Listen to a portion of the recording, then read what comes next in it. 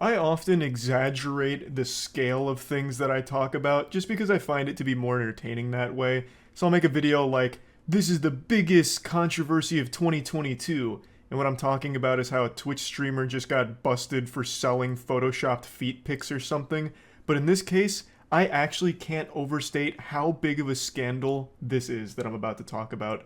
This week, an absolutely massive scandal was brought to light. One that may have cost billions in wasted spending and potentially 16 years worth of misguided research. This is the story of how, for the last 16 years, Alzheimer's research may have been based on a deliberate lie. Even just saying that out loud makes me sound like some kind of fucking tinfoil hat wearing Alex Jones caricature. But this has been confirmed by multiple reputable sources, actual scientists. So, let's get into it. I don't want to get too deep into the science of it because I feel like a lot of people will just immediately tune that out and just not give a fuck. So I want to make this as digestible as possible. It's also a very nuanced problem, and I want to do my best to give you the most clear and understandable truth to it, because there's a lot of misleading headlines and a lot of not entirely accurate information, so I'm just going to do my best here. I'm no scientist. I graduated with a human science degree, but it's been 8 years now and I've done nothing but wipe my own ass with that degree, so I'm a little out of practice. This story is genuinely pure evil, so get ready for a wild ride. It starts in 2006 with the most influential paper published on Alzheimer's. It was published by Sylvain Lesny, and it linked a protein in the brain to impaired memory. This became one of the most cited pieces of Alzheimer's research ever. It's been cited roughly 2,300 times in further Alzheimer's research projects, as well as potentially being used as a basis for some drugs aimed at treating Alzheimer's. And without getting too deep into the weeds of it, ultimately what this paper did is it put one specific protein in the crosshairs here, and it gave scientists a target, which was the protein listed in the paper. And what scientists believed is if they could research, analyze, and potentially fix that protein, they may have an efficient way of treating Alzheimer's. So it steered them down a specific path of researching. And fast forward to 2021, a neuroscientist named Matthew Schrag cannonballed down the rabbit hole and revealed that this influential paper may have just been a deliberate fraud. The evidence is extremely compelling. Matthew Schrag himself isn't saying anything like specific, like this is maliciously done to, fuck up research or anything. He's pointing out all the red flags, and it does seem like the data was falsified. And if that's all true, then there is the potential that for the last 16 years, all of the research and money that has been spent on researching and curing Alzheimer's has been completely wasted because this is deliberately wrong with falsified data. Now, there has been a bit of debate as to the severity of the issue. While most agree that this is very fishy, like the paper itself is most likely falsified information, the severity of it is highly scrutinized. I read something from an expert named Rudy Tanzi, who's an Alzheimer's expert, and he said that no one in the field had paid attention to the study after about 2008 because no one had been able to replicate its findings, and that the Science story, Science being the publication that broke the news that this 2006 study was most likely false, he said the Science story went too far in suggesting that years of research may have been wasted, and called it hyperbole to say that the paper had any impact on the amyloid hypothesis or the larger field. And he's not alone. A lot of other experts feel that this was pretty inconsequential and it didn't have a wide effect on Alzheimer's research. And while I think that that's a good case to make, that, they weren't able to replicate the results themselves, so they kind of threw it out and haven't used it since, I don't really think that means it's not a big deal.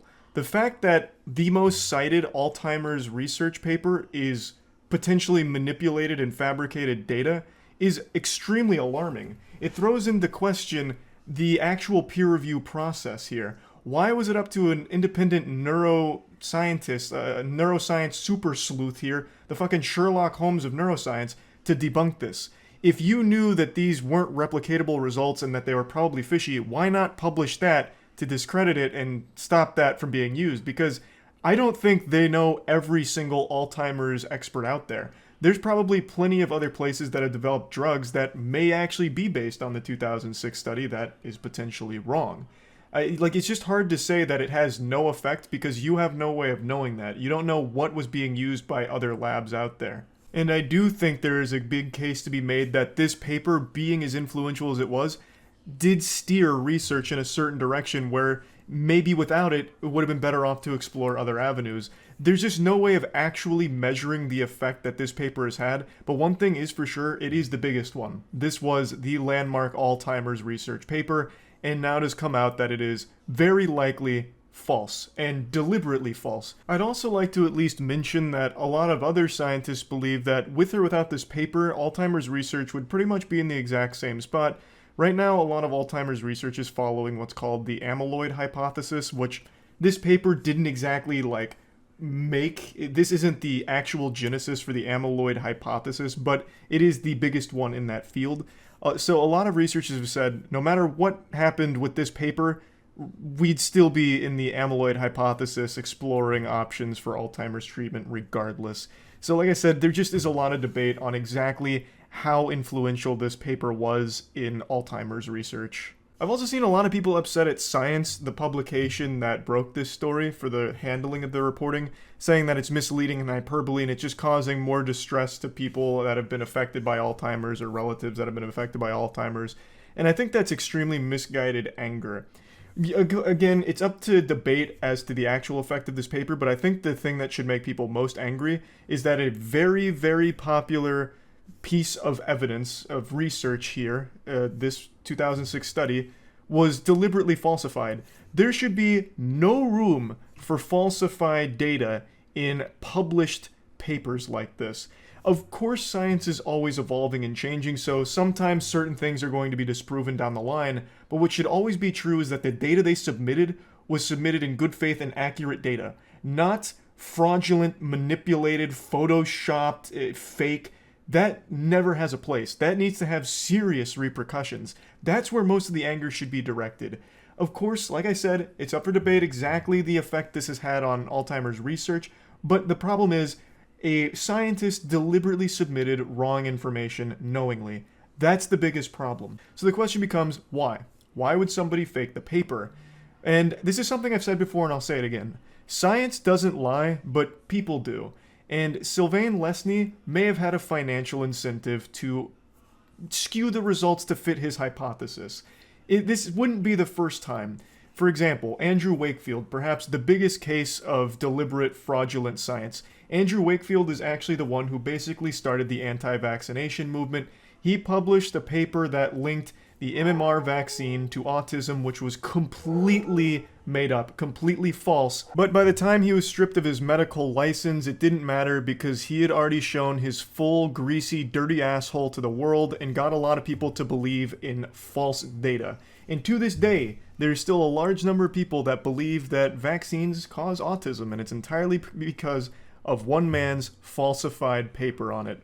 So these have huge consequences. And there's one more example I'd like to highlight real quick. This is something I learned about in college. In the 60s, Big Sugar wanted to silence critics as to how unhealthy sugar was.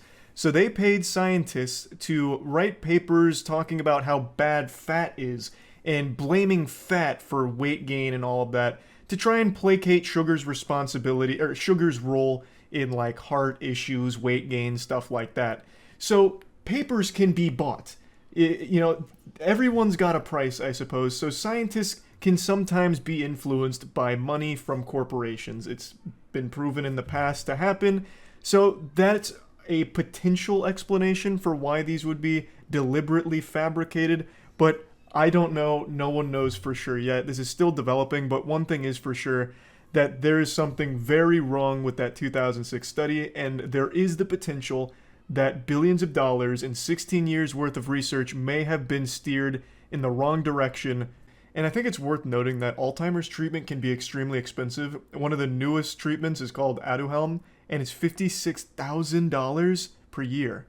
It's a lot of money.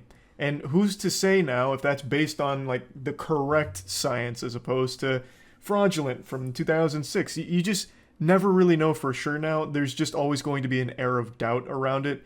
I don't exactly know how you fix the problem either, besides just get extremely strict on reviewing the papers. I don't really know. I don't have a solution, but it's a very scary problem. And I just wanted to highlight it here because I found this to be like a very big deal that I haven't seen many people mention outside of like the actual scientists who are talking about it. So, yeah, anyway, that's about it. So, yeah.